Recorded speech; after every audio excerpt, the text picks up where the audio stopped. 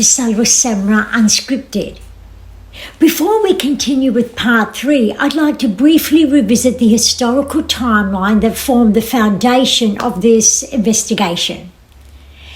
In part 2, I shared how I reconstructed John's earlier ministry through archived websites, Facebook pages, and early YouTube channels, also other publicly available ministry material.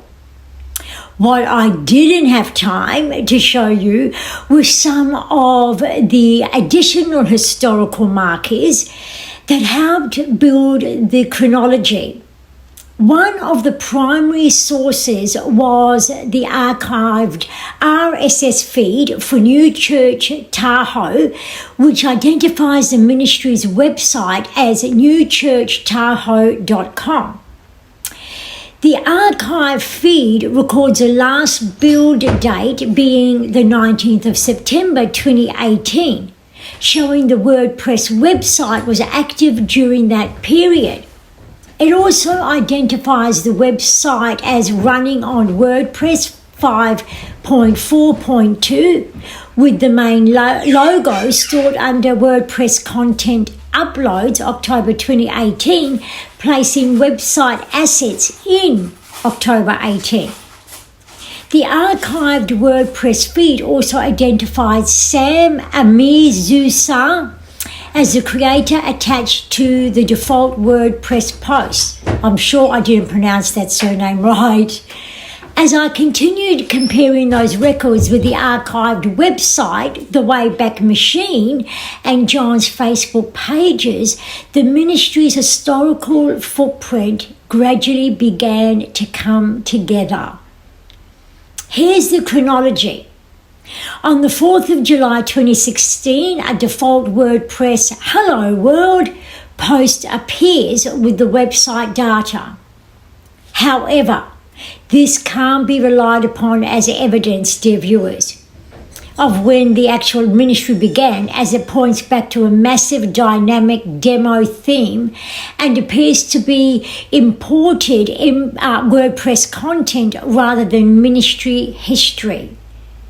On 19th of September 2018, the archived RSS feed records the website's last build date, as I mentioned before. On October 2018, the website assets, including the ministry logo, are stored within the uploads of October 2018 directory. On April 2019, one of John T's 2 Church Tahoe Facebook ministry pages is publicly active. On the 24th of June 2020, the earliest archived snapshot of the New Church Tahoe website is recovered through the Internet Archive's Wayback Machine. On the 1st of November 2020, a later archived snapshot provides further evidence of the ministry's continuing public presence. These records became important to me because they allowed me to reconstruct the ministry's public development chronologically using John's own archived ministry material rather than relying on isolated videos on his YouTube channel. Throughout part 2, I then organised that research into individual evidence files, as you know, for those of you who watched part 2. The title being Investigating John T. I covered the website evidence file, the narcissism file, the pastors file, the prophetic authority file, the wrong theology file, the word of faith and new apostolic reformation language file, the ridicule file, and finally the money file. That's where part 2 ended. Today, I'll be exploring and sharing with you the remaining 3 files: the elderly and vulnerable people file, the network file, And lastly, the contradiction file. That was the largest file in this entire investigation, where the evidence we've examined throughout this, the part 2 and this series begins coming together. So let's start from there. The first of the 3 remaining files is the elderly and vulnerable people file.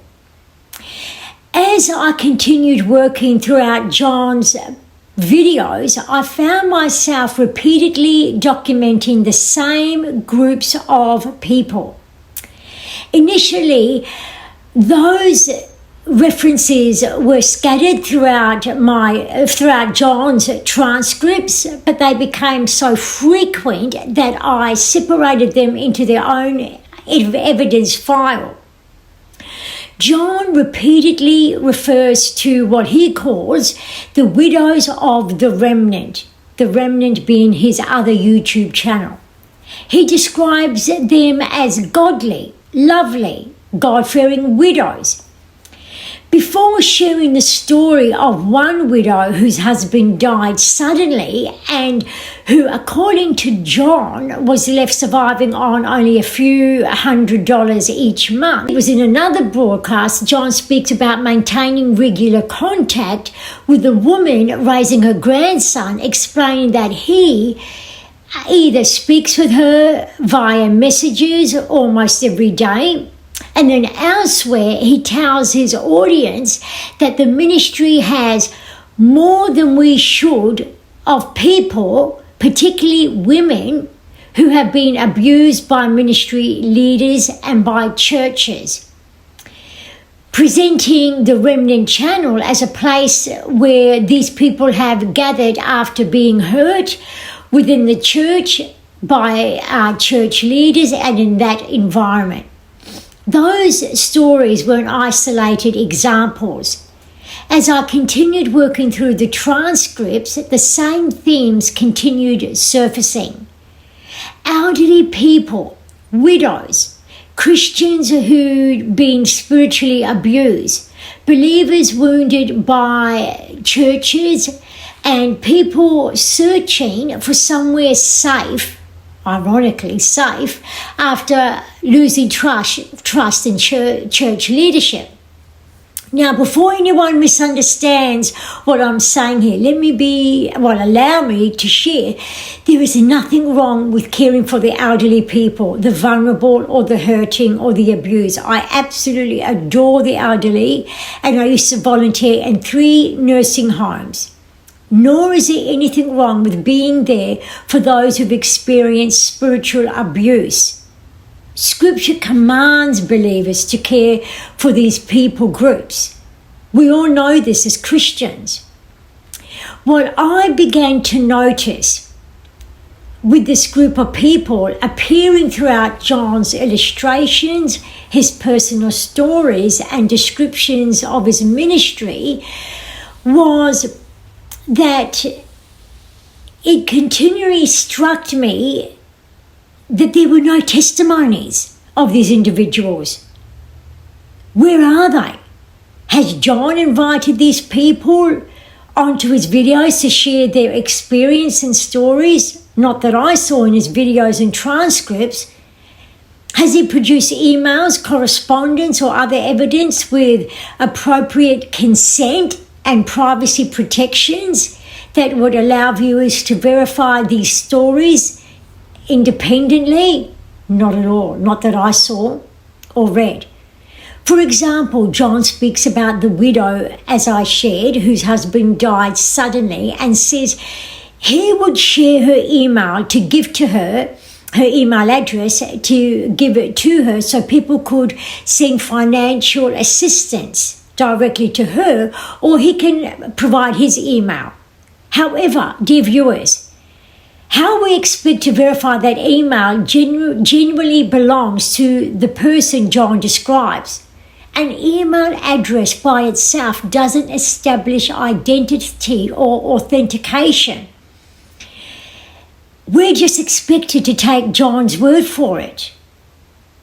Email accounts can be created using almost any name that's available without independent verification. And viewers and followers are being asked to rely entirely on John's representation of the situation and his word. This is extremely patterned after the Word of Faith and NAR giving systems. The same questions extends beyond individual stories.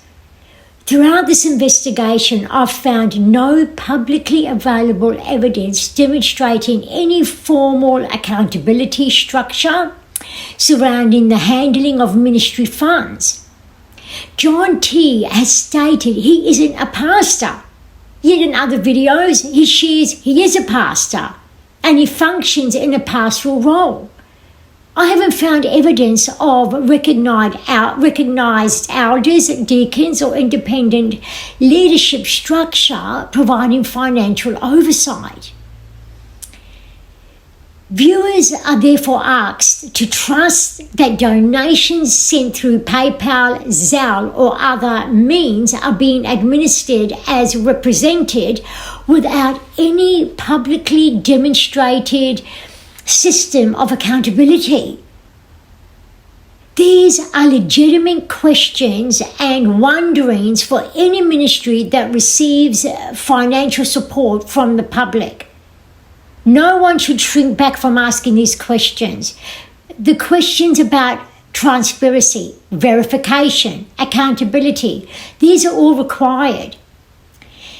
As shared, this also reflects a continual pattern of previously documented throughout my investigation concerning teachings commonly associated with the Word of Faith and New Apostolic Reformation movements.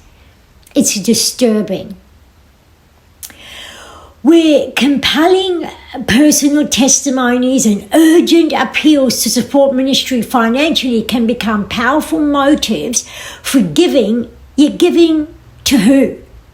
Giving to what exactly? To only hearsay? To trusting John alone? This is why independent verification and transparent accountability is a non-negotiable. When vulnerable people and emotionally compelling stories and requests for financial support intersect, Christians should exercise wisdom and discernment before giving and ensure that trust is supported by evidence rather than hearsay or assumption or emotional stories. Personally, I would never give to John T or any other podcast that is representative in the manner of structure John T's channel is. It screams beware. The second file we'll now look into is the network file. As I continued analysing John's broadcast, the emails he presented, the public interactions, and the surrounding activity of those closely connected to John, another pattern began to emerge. This time, it wasn't centred or concerning theology, money, or pastoral claims. It was honed in on relationships. Throughout this investigation, the same names continued appearing. They were appearing alongside one another with John T, those names being Laura Lynn, Tyler Thomas, Ray Curry from The Unction, Everett from Ohio for Freedom, James Paul White, and others connected to that same public circle. Individually, none of those names prove anything whatsoever. People are free to have friendships, relationships, collaborate, and appear on one another's platforms or channels. That's not the issue here. What became significant was the consistency with which this network appeared to reinforce one another publicly, and their same themes were repeated, their same theological positions were defended, the same messages also were laid out bare, and the same ministries were supported. Each independent show was replica of the next show or videos on these channels, and what appeared syncing with one another in their time frames as well. Rather than operating independently, the broadcasts often gave the appearance of a continuous conversational flow and the exact same topics being covered, where one platform would introduce a subject and another would continue it, followed by another channel and another channel repeating the same things. Collectively, it created a constant stream of the same message delivered through different individual people and voices. That pattern became even more apparent throughout my own interactions with the network before publishing my investigation of these videos. I contacted John privately. I also contacted others within the same circle, Everett being one and James Paul White. Ray from the Unction was also contacted and made aware publicly by others.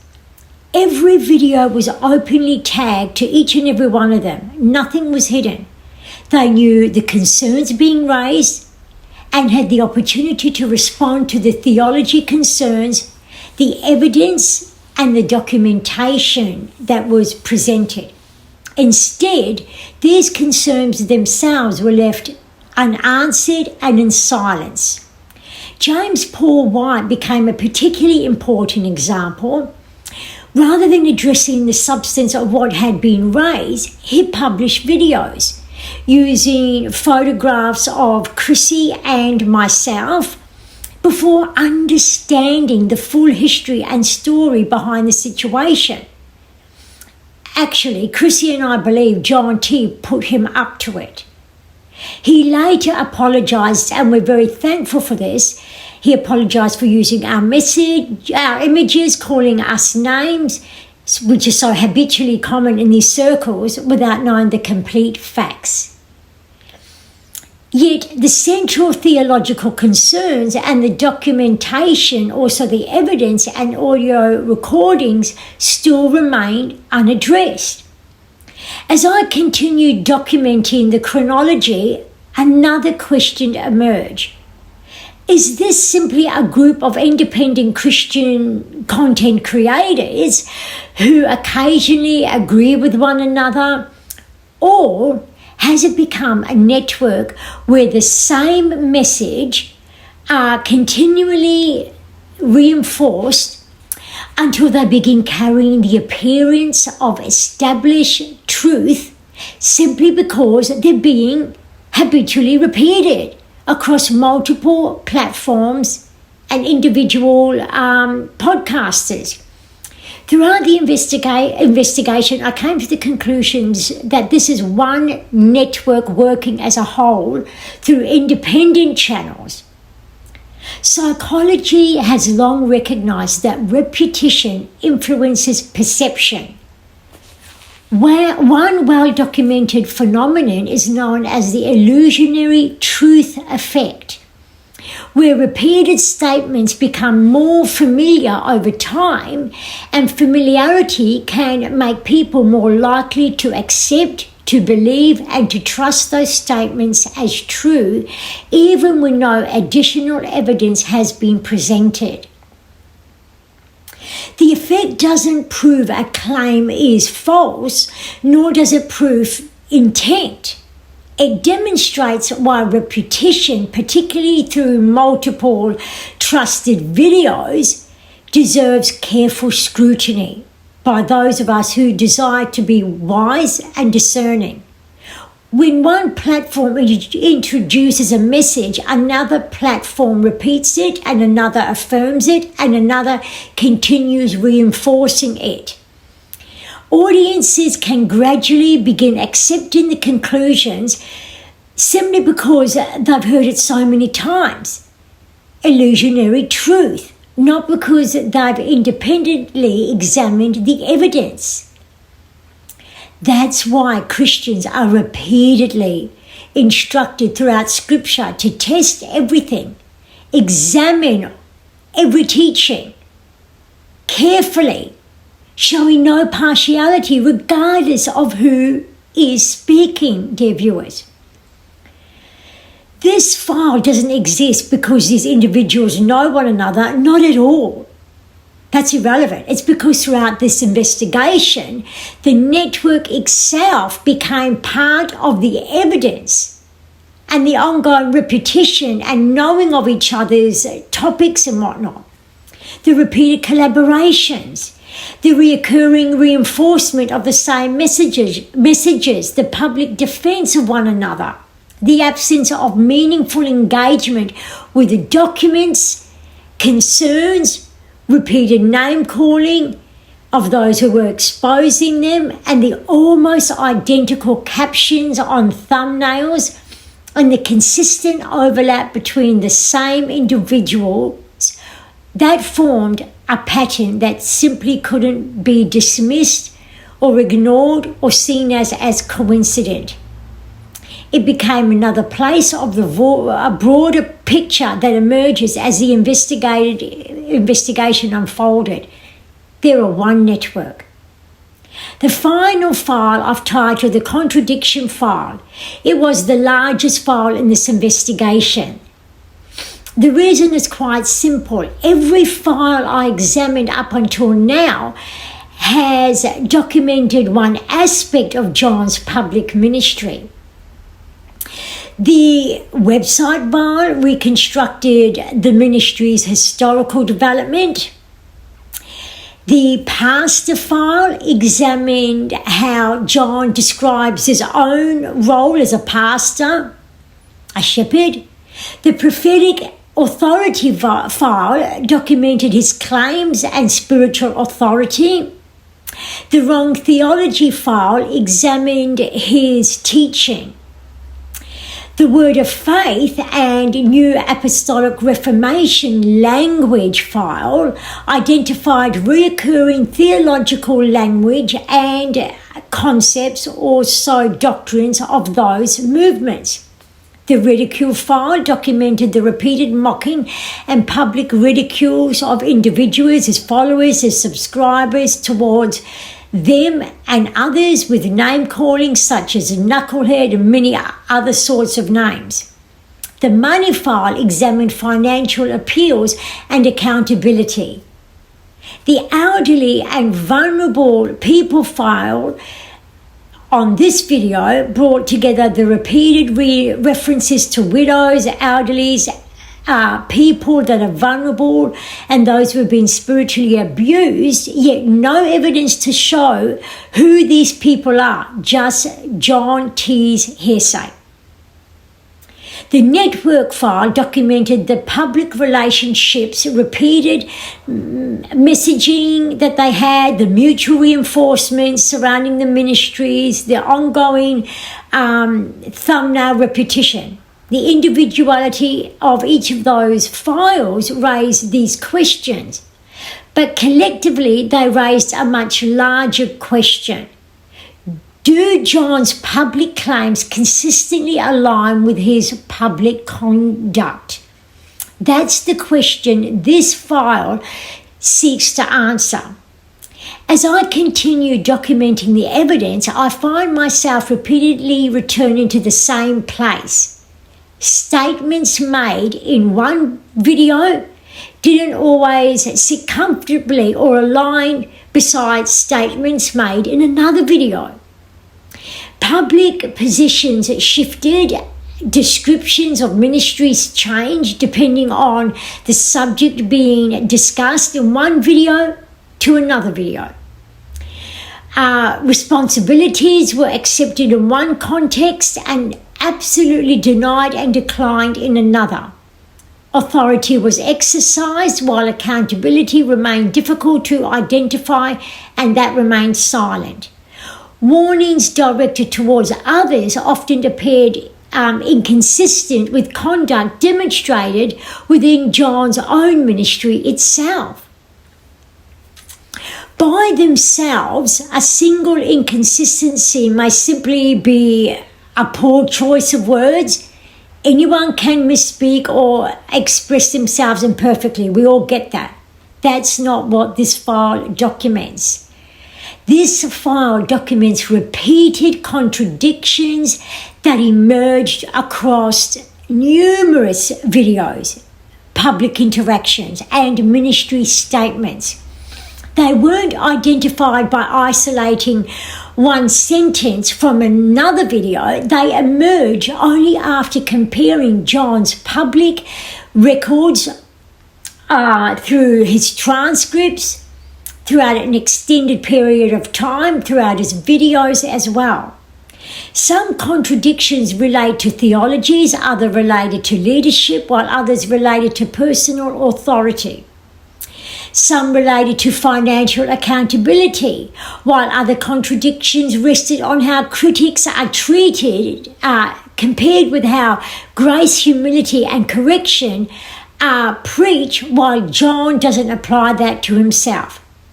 Others related to transparency, consistency, and the standard applied to those he was exposing, also compared with John T's own ministry being absolutely null and void of those characteristics. Each contradiction viewed on its own may appear casual on its own. However, when those contradictions are placed alongside together, they totally and unequivocally reconcile. They begin revealing a much larger picture, as demonstrated in the video titled Part 2, John T, a Fraud. I'm not asking you, the viewer, to accept my conclusion simply because I've said so. I'm inviting you to do what I've done throughout the investigation. Lay John's own public words, which I've given you and used, beside one another. Read them in their full context. Compare them across John T's videos and public statements. I know many have, and many have messaged me concerning these contradictions. Compare what was said yesterday with what was said months ago or later back from a few years ago. Look at transcripts. Compare what is preached and what is practiced. And you'll find the detailed evidence throughout part 2 of my part 2 video and in the material presented. You'll find that may be helpful. Whether you agree with my conclusion isn't the point. The evidence belongs to John, not to me. My role has been to investigate, collect, organize, and present it through John's very own words, his own actions, his transcripts, the evidence of the lack of accountability, and as I did exactly that, it all began to emerge. Individual inconsistency no longer appeared as isolated moments. Rather, they began weaving together one another, reconciling each other, until they formed into something far larger than a handful of contradictions. It was deceit. They formed a pattern and a channel that, when viewed through its own public record and words, increasingly paraded a spectacle of contradictions. If someone publicly claims to teach, lead, and shepherd God's people, then those claims should be able to stand comfortably on their own, fully exposed on public record, and in my opinion, it doesn't at all. Truth doesn't fear examination. I've provided evidence to you showing John T. how he doesn't abide by truth. He abides by ridicule, silence, sarcasm, hiding behind others to do his bidding for him. The other thing is, truth doesn't require selective memory, changing its standards or competing its narratives to sustain itself. It remains consistent because truth is consistent. Just a final side note while I remember, when I first began this investigation, one of the simplest questions proved to be one of the hardest to answer. Who is John T? the public minister asking people to trust him throughout his ministry, he's publicly presented himself simply as John T. Yet as I began reconstructing the ministry's history through the archived websites, Facebook pages, the WordPress records, and publicly available material, I found myself trying to establish something most public ministry and leaders don't conceal: a verifiable public identity. What was John T's surname? And many others have asked that. That search eventually led me to something John himself had made public. In one of his videos, he spoke about his mother, Ann Thompson, and the book she wrote titled What Happened to Bethany? Bethany is John T's sister. He said the book changed his life and explained that it tells the story of his sister Bethany. John isn't a private individual, dear viewers, who's sharing occasional opinions online. He's a public figure, and he claims to be a pastor.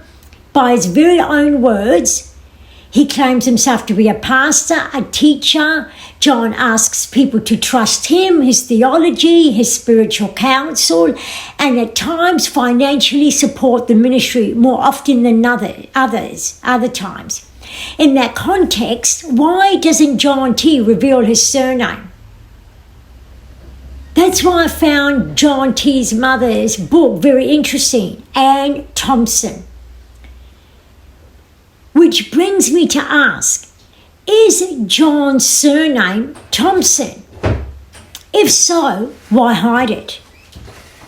I know of one woman who emailed John respectfully, also sent an audio message asking why he doesn't publicly identify himself by his full name. As per usual, sadly, John didn't respond. He remained silent.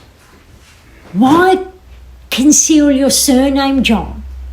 I'm sure you'll be watching this.